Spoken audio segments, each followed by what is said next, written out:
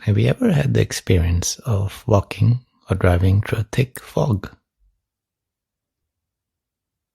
There is a sense that just about anything could appear out of it.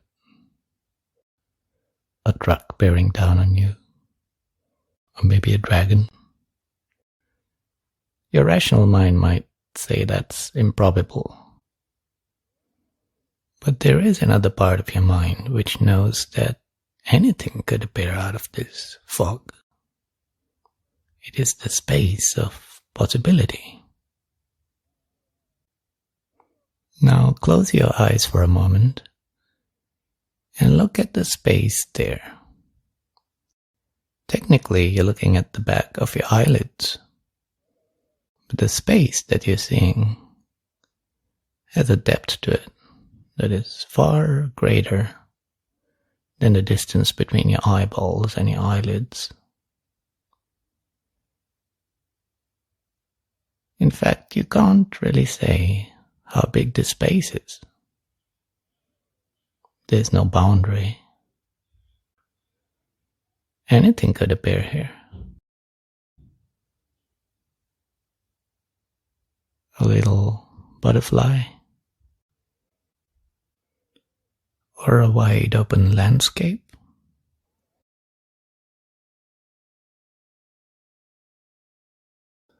or even an entire galaxy. Anything can fit in this space that you're looking at. And that's not just because these are optical illusions. It's because this space has the capacity to contain anything. Now, with your eyes open, the world that appears, all the colors and shapes, brightness, it's all appearing in the same space. If you blink slowly and just focus on the space, you'll notice it's the same space being filled with light, with colors and shapes. All these things are appearing in this space, the whole world. And this actually shows us that when we talk about physical space with its 3 dimensions, that's really a subset of what we're seeing here. Because colors are a dimension here, brightness, and those are just the visual ones. When you hear a sound, it appears in the same space. Sensations, even your most intimate experiences, emotions, thoughts, memories, all of these are appearing in this one space. It's not like there are different kinds of spaces that you have access to. There's just one container. And as you go to sleep at night, you're staring into the same space. Then you drift off. And the next thing you know, you're in a dream. And of course, the dream too appears right here, in this space. So at this point, it's not quite right to call it space anymore. It's not 3-dimensional. It's got infinite dimensions, infinite possibility. This is the space of consciousness. That is what the word means. You're very familiar with it. It's only when we get academic or philosophical, or someone tries to point out the great mystery of it, that gets a bit confusing. Consciousness is most natural to you, but shouldn't be taken for granted. What you're witnessing is infinity, and within that infinity, there's a stream of experience which you call my life. But at the same time, there are countless other lives being lived in this very same space of consciousness. Nobody can claim to own it. The scale is too vast. And yet, we make the mistake of claiming a portion of it for ourselves. My consciousness, my mind, very much like my piece of land. But in reality, no such boundaries ever exist. They're only mental. Say that you're dreaming, and there's someone in bed with you that notices that you're dreaming. They look upon you. The space in which the dream appears is not different in nature to the space in which you're being seen by this other person.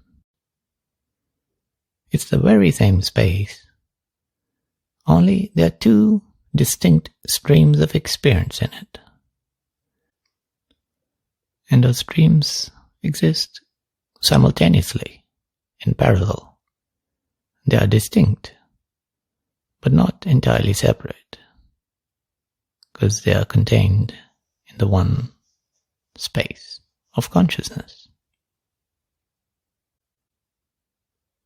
So the aim here for now is to make this distinction between what consciousness is and what these minds, which are really just streams of experience, are. Those can be many. But what we're interested in is the nature of consciousness itself. What is your relationship to it? All that we've talked about is the states of consciousness in which there is some experience. But you know that there is a state where experience is completely absent. And generally this is called unconsciousness. But consider your own experience of waking up from deep sleep. Or if you've been unfortunate enough to have to go through an operation where you had to take general anesthesia, that is a very enlightening experience if you look at it the right way. Or if you come to this as a meditator who has undergone cessation, the complete falling apart of experience, well, you can refer to that as you think about this and try to understand the insight here. You see, when you wake up from sleep, or any of those other states, when the very first experience appears, just before that is what is called unconsciousness. But if that state really was unconsciousness, there would be no possibility of that experience being noticed, being known. It wouldn't be an experience at all. So there is consciousness there, present to render that experience. And it's not really there in the form of a state. And at this point, we can't even call it space. There's no space. There's no sense of time at that point. The only presence at that point is you. You are there to take receipt of that first experience. And so what you are is consciousness in its purest form. When it's formless, even to talk about it as space is meaningless. Where there's no change, so there's no sense of talking about time. Pure consciousness, before the advent of experience. And when experience does appear, it appears to you. The sentience that has the capacity to perceive whatever appears in the realm of consciousness. So I fear we've gone too far in this one video. So just bring it back a bit. And during your day, blink a bit slower sometimes. Notice that space behind closed eyes. And as you lie down for sleep, if you're in a nice dark room, try opening your eyes and closing them and seeing if there's any difference in the space that you're looking upon. You'll find that there's none.